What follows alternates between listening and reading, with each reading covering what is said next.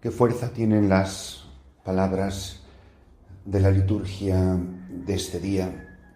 ¿Qué fuerza tienen la palabra de Dios que nos proclama en este pasaje evangélico que hace referencia al juicio final todos estos días? Como bien recordáis, la palabra siempre nos está advirtiendo de la importancia de estar preparados, de estar atentos a la venida del Señor. Estamos, por supuesto, en el Evangelio de San Mateo, capítulo 25, de los versículos 14 al 30. En aquel tiempo dijo Jesús a sus discípulos esta parábola. Un hombre que se iba al extranjero llamó a sus empleados y los dejó encargados de sus bienes. A uno le dejó 5 talentos de plata, a otro 2, a otro 1, a cada cual según su capacidad. Luego se marchó. El que recibió 5 talentos fue enseguida a negociar con ellos y ganó otros 5. El que recibió 2 hizo lo mismo y ganó otros 2. En cambio, el que recibió 1 hizo un hoyo en la tierra y escondió el dinero de su señor. Al cabo de mucho tiempo, volvió el señor de aquellos empleados y se puso a ajustar las cuentas con ellos. Se acercó el que había recibido 5 talentos y le presentó otros 5 diciendo: Señor, 5 talentos me dejaste. Mira, he ganado otros 5. Su señor le dijo: Muy bien, eres un empleado fiel y cumplidor. Como has sido fiel en lo poco, te daré un cargo importante. Pasa al banquete de tu señor. Se acercó luego el que había recibido 2 talentos y dijo: Señor, 2 talentos me dejaste. Mira, he ganado otros 2. Su señor le dijo: Muy bien, eres un empleado fiel y cumplidor. Como has sido fiel en lo poco, te daré un cargo importante. Pasa al banquete de tu señor.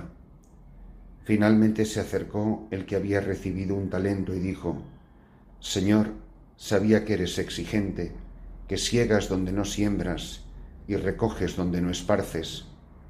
Tuve miedo y fui a esconder tu talento bajo la tierra. Aquí tienes lo tuyo. El Señor le respondió: Eres un empleado negligente y holgazán. Con que sabías que siego donde no siembro y recojo donde no esparzo. Pues deberías haber puesto mi dinero en el banco para que al volver yo pudiera recoger lo mío con los intereses. Quitadle el talento y dádselo al que tiene 10, porque al que tiene se le dará y le sobrará, pero al que no tiene se le quitará hasta lo que tiene. Y a ese empleado inútil echadlo afuera a las tinieblas, allí será el llanto y el rechinar de dientes. Celebramos además hoy en la Santa Madre Iglesia Católica la fiesta de la gran Santa Mónica, y pensando en el extraordinario testimonio de esta mujer, reflexionando sobre lo que significa su vida, su santificación en la Iglesia, su extraordinario ejemplo, me asalta la idea, el pensamiento de lo extraordinario. Si hay algo más poderoso que las oraciones de una madre, si hay algo que Dios escuche con más atención que las oraciones de una madre, son sus lágrimas. ¿Qué poder tienen ante el corazón de Dios las lágrimas de una madre? No me refiero sobre todo y en principio a las lágrimas de Santa Mónica. Yo me refiero sobre todo a las lágrimas de la Santísima Virgen María, las lágrimas que la Virgen ha llorado por nosotros, que con razón se la ha llamado a ella dolorosa. Dolorosa no solo por el sufrimiento de su Hijo en el Calvario, dolorosa por todos los calvarios que hemos hecho pasar a nuestras madres. Dolorosa es Santa Mónica, pero como reflejo del dolor del corazón de la Madre de Dios, de la Madre de todos los hombres. El poder de las lágrimas de esta mujer alcanzó la conversión de su hijo San Agustín. Es muy posible que tengamos un entendimiento tan materialista de la palabra de Dios que identifiquemos que el que ha recibido más son los ricos y los que han recibido menos talentos o incluso dinero son los pobres. Pero no es eso a lo que se refiere el Evangelio. Eso es una interpretación pueril, muy superficial de la palabra de Dios. A lo que se refiere la palabra no es simplemente al dinero o incluso a los talentos humanos que pueda poseer una persona. Fijaros incluso, como dice en la primera lectura que hemos escuchado de la carta a los Corintios, que cuando Dios escogió a los miembros de la comunidad eran un grupo de personas muy diferentes. Y yo creo que esto podría valer para matrimonios, para una comunidad religiosa, para un grupo de sacerdotes. Dice el apóstol en 1 Corintios 1:26, fijaos en vuestra asamblea, fijaros en vuestra comunidad. No hay en ella muchos sabios en lo humano, ni muchos poderosos, ni muchos aristócratas. Todo lo contrario, lo necio del mundo lo ha escogido Dios para humillar a los sabios. Lo débil del mundo lo ha escogido Dios para humillar a lo fuerte. Aún más, ha escogido la gente baja del mundo, lo despreciable y lo que no cuenta, para anular a lo que cuenta, de modo que nadie pueda gloriarse en presencia del Señor. Por Él, vosotros sois en Cristo Jesús, en este Cristo que Dios ha hecho para nosotros sabiduría, justicia, santificación y redención. Así, como dice la Escritura, el que se gloría, que se gloríe en el Señor. ¿Qué fuerza tienen estas palabras, queridos hermanos? Y haríamos bien en pensar, no identifiquen el que recibió más talentos con el rico.